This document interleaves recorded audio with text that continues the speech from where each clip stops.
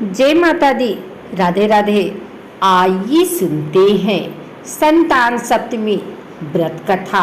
संतान सप्तमी व्रत भाद्रपद मास के शुक्ल पक्ष की सप्तमी तिथि के दिन किया जाता है। यह व्रत विशेष रूप से संतान प्राप्ति, संतान रक्षा और संतान की उन्नति के लिए किया जाता है। इस व्रत में भगवान शिव एवं माता गौरी की पूजा का विधान है। भाद्रपद के शुक्ल पक्ष की सप्तमी का व्रत अपने विशेष महत्व को रखता है। सप्तमी का व्रत माताओं के द्वारा किया जाने वाला अपनी संतान के लिए है।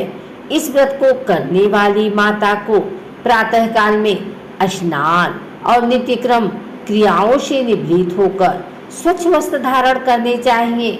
इसके बाद प्रातः काल में श्री विष्णु और भगवान शिव की पूजा अर्चना करनी चाहिए और सप्तमी व्रत का संकल्प लेना चाहिए। निराहार व्रत कर दोपहर को चौक पुरकर चंदन, अक्षत, धूप, दीप, नैवेद्य, सुपारी तथा नारियल आदि से फिर से शिव पार्वती की पूजा करनी चाहिए। सप्तमी तिथि के व्रत में नैवेद्य के रूप में खीर, पूरी तथा गुड़ के पुए बनाए जाते हैं। संतान की रक्षा के लिए कामना से भगवान भोलेनाथ को कलावा अर्पित किया जाता है तथा बाद में इसे स्वयं धारण कर इस व्रत की कथा सुनी जाती है। एक दिन महाराज युधिष्ठिर ने भगवान से कहा, हे प्रभु, कोई ऐसा उत्तम व्रत बतलाइए जिसके प्रभाव से मनुष्यों के अनेकों सांसारिक क्लेश दुख दूर होकर वे पुत्र एवं पौत्रवान हो जाएं। यह सुनकर भगवान बोले, हे राजन, तुमने बड़ा ही उत्तम प्रश्न किया है। मैं तुमको एक पौराणिक इतिहास सुनाता हूँ, ध्यान पूर्वक सुनो। एक समय लोमस ऋषि ब्रजराज की मथुरापुरी में वसुदेव के घर गए। ऋषिराज को आया हुआ देख करके दोनों अत्यंत प्रसन्न हुए तथा उनको उत्तम आसन पर बैठाकर उनका अनेक प्रकार से बंधन और सत्कार किया। फिर मुनि के चरणोदक से अपने घर तथा शरीर को पवित्र किया। वह प्रसन्न होकर उनको कथा सुनाने लगे। कथा के कहते लोमस ने कहा कि हे देवकी, दुष्ट दुराचारी पापी कंस ने तुम्हारे कई पुत्र मार डाले हैं, जिसके कारण तुम्हारा मन अत्यंत दुखी है। इसी प्रकार राजा नहुस की पत्नी चंद्रमुखी भी दुखी रहा करती थी, किंतु उसने संतान सप्तमी का व्रत विधि विधान सहित किया, जिसके प्रताप से उनको संतान का सुख प्राप्त हुआ। यह सुनकर देवकी ने हाथ जोड़कर मुनि से कहा, हे ऋषिराज, कृपा करके रानी चंद्रमुखी का संपूर्ण वृत्तांत तथा इस व्रत को विस्तार सहित मुझे बतलाइए, जिससे मैं भी इस दुख से छुटकारा पाऊं। लोमस ऋषि ने कहा कि हे देवकी, अयोध्या के राजा नहुस थे। उनकी पत्नी चंद्रमुखी अत्यंत सुंदर थी। उनके नगर में विष्णुगुप्त नाम का एक ब्राह्मण रहता था। उसकी स्त्री का नाम भद्रमुखी था। वह भी अत्यंत रूपवती सुंदरी थी। रानी और ब्राह्मणी में अत्यंत प्रेम था। एक दिन वे दोनों सरयू नदी में स्नान करने के लिए गई। वहां उन्होंने देखा कि अन्य बहुत सी स्त्रियां सरयू नदी में स्नान करके निर्मल वस्त्र पहनकर एक मंडप में शंकर एवं पार्वती की मूर्ति स्थापित करके पूजा कर रही थी।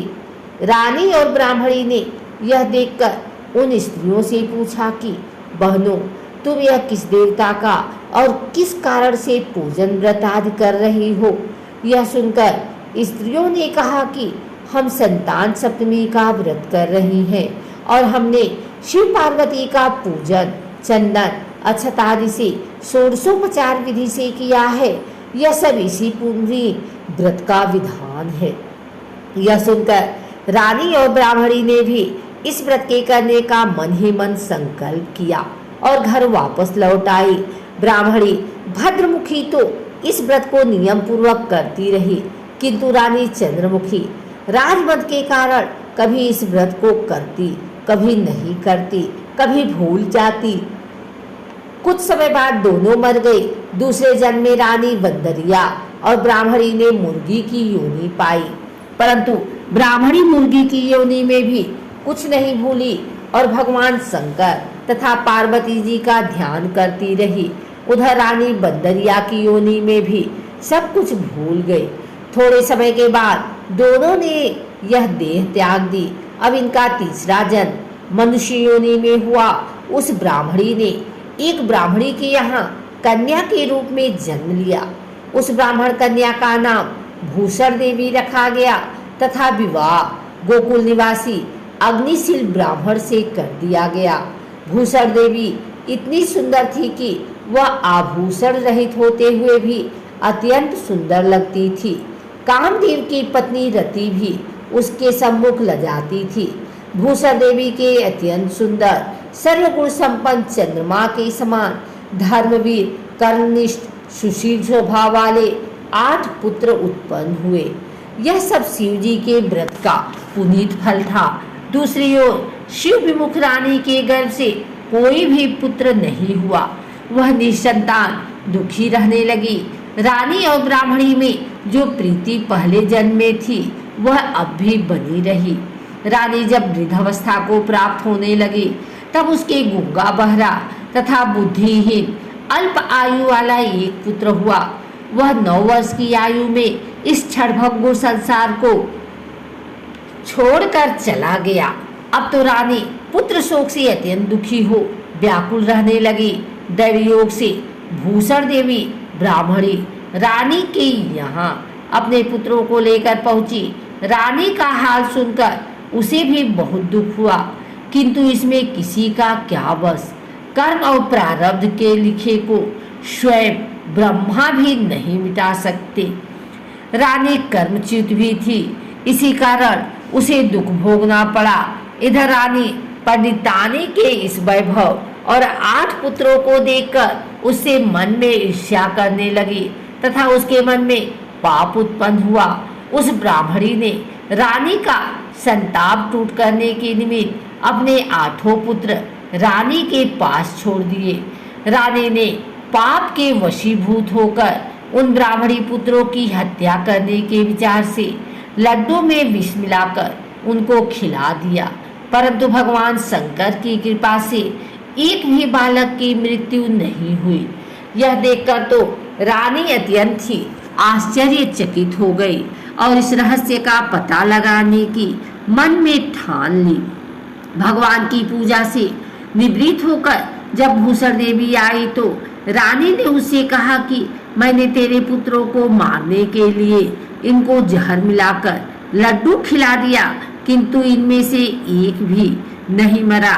तूने कौन सा दान पुण्य व्रत किया है जिसके कारण तेरे पुत्र नहीं मरे और तू नए सुख भोग रही है?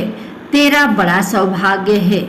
इनका भेद तो मुझसे निष्कपट होकर समझा, मैं तेरी ऋणी रहूंगी। रानी के ऐसे दीन वचन सुनकर भूषण ब्राह्मणी कहने लगी, सुनो, तुमको 3 जन्म का हाल कहती हूँ, सो ध्यान पूर्वक सुनना। पहले जन्म में तुम राजा नहुष की पत्नी थी और तुम्हारा नाम चंद्रमुखी था, मेरा भद्रमुखी था और मैं ब्राह्मणी थी। तुम अयोध्या में रहते थे और मेरी तुम्हारी बहुत प्रीति थी। एक दिन हम तुम दोनों सरयू नदी के स्नान करने गए और दूसरी स्त्रियों को संतान सप्तमी का उपवास शिव जी का पूजन अर्चन करते देखकर हमने इस उत्तम व्रत को करने की प्रतिज्ञा की थी, किंतु तुम सब भूल गई और झूठ बोलने का दोष तुमको लगा, जिसे तू आज भी भोग रही है। मैंने इस व्रत को आचार विचार सहित नियम पूर्वक सदैव किया और आज भी करती हूँ। दूसरे जन्म में तुमने बंदरिया का जन्म लिया तथा मुझे मुर्गी की योनि मिली। भगवान शंकर की कृपा से इस व्रत के प्रभाव तथा भगवान को इस जन्म में भी न भूली और निरंतर उस व्रत को नियमानुसार करती रही। तुम अपने बंदरिया के जन्म में भी मुझे भूल गई।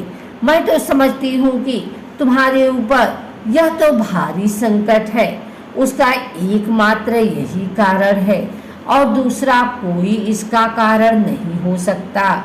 इसलिए मैं तो कहती हूँ कि आप सब भी संतान सप्तमी के व्रत को विधि सहित करिए, जिससे आपका यह संकट दूर हो जाए।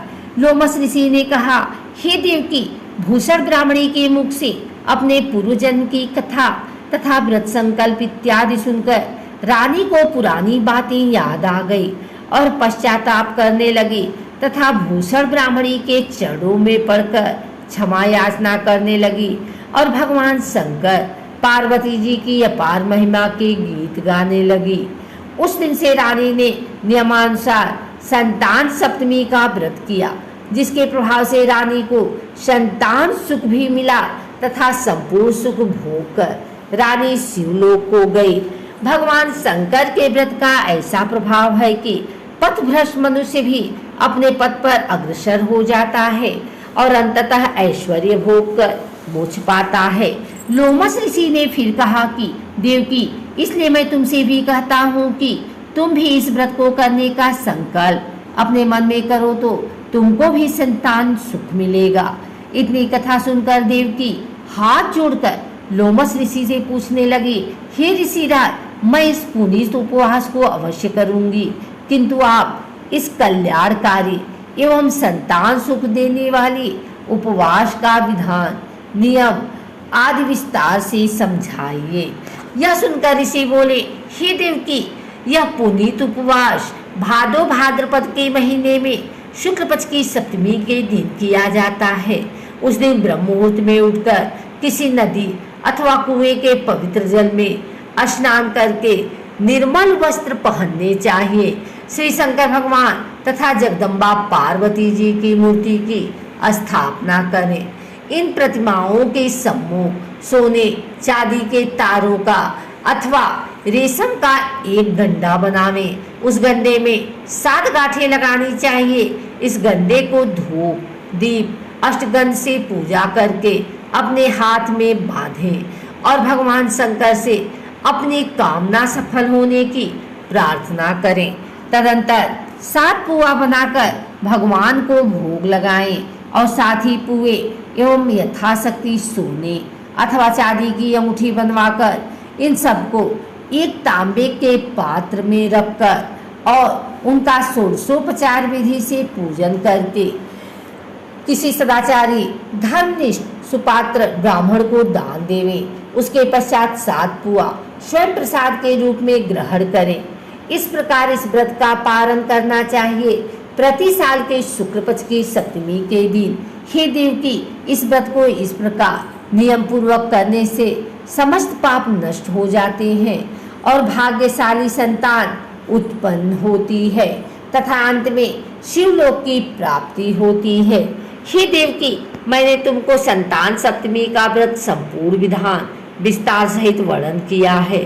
उसको अब तुम नियम पूर्वक करो, जिससे तुमको उत्तम संतान पैदा होगी।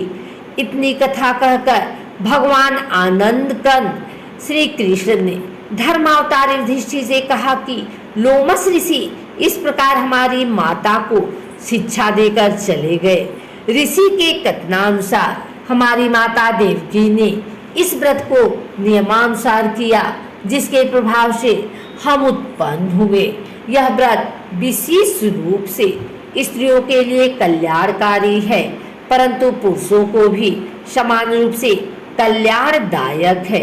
संतान सुख देने वाला, पापों का नाश करने वाला यह उत्तम व्रत जिस स्वयं भी करे तथा दूसरों से भी करवाए, नियम पूर्वक जो कोई इस व्रत को करता है और भगवान शंकर एवं पार्वती की सच्ची मन से आराधना करता है, अमर पद पाकर अंत में शिवलोक को जाता है।